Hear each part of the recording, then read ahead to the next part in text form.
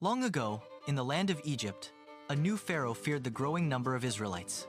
He ordered that all newborn Hebrew boys be taken away, but one brave mother hid her baby for as long as she could. When she couldn't hide him any longer, she placed him gently into a basket. She set the basket on the Nile River. Moses floated through tall reeds, right toward Pharaoh's daughter. Miriam, his sister, watched from a distance, hidden among the reeds. Pharaoh's daughter saw the baby. She felt compassion and chose to raise him as her own. And so, Moses grew up in the palace. He was protected by God from the very beginning. His early life was a testament to faith and divine care. Moses grew up as a prince of Egypt, never forgetting his Israelite heritage. One day, he saw an Egyptian hurting a Hebrew slave. Moses bravely stepped in and defended his people. The Egyptian died, and when Pharaoh heard this, Moses fled into the desert. Tired and thirsty, he reached the land of Midian. There, he helped the daughters of a kind shepherd named Jethro. Moses found a new home, marrying Zipporah, one of Jethro's daughters. He became a shepherd, living a peaceful life in the desert. He learned the ways of the land and cared for his flock. Little did he know, God was about to call him to something incredible. A divine purpose awaited him beyond the quiet pastures. His journey was just beginning, guided by a higher power. One quiet day, Moses led his sheep to Mount Horeb, a peaceful mountainside. Suddenly, he saw a strange sight. A bush that burned with bright fire, but wasn't burned up. The bush glowed warmly, with magical flames dancing. Moses, filled with wonder, stepped closer to the miraculous sight. As he approached, a voice called his name, "Moses, Moses." Moses, recognizing the divine presence, covered his face in awe and fear.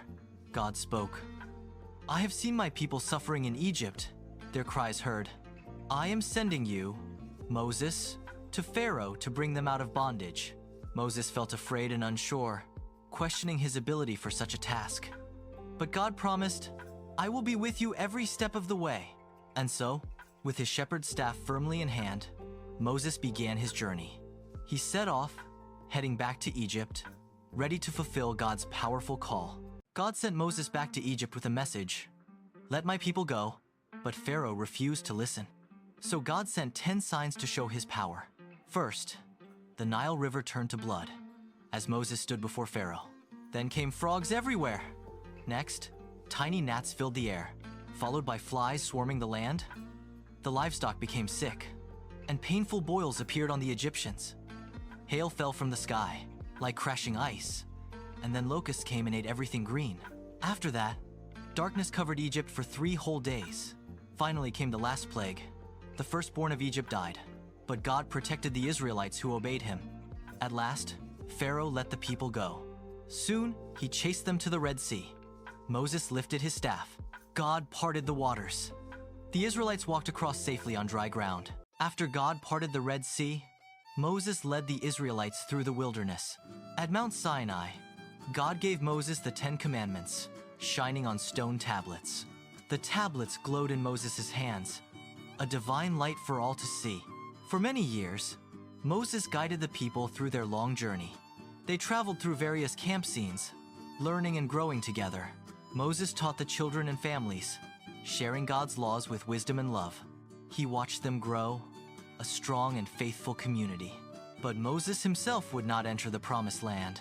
God took him to the top of Mount Nebo, a peaceful overlook. From there, he could see the land from far away, bathed in a beautiful sunset. There, Moses' journey ended, and God himself buried Moses. The people remembered him as the leader God used to rescue Israel, mourning and honoring him.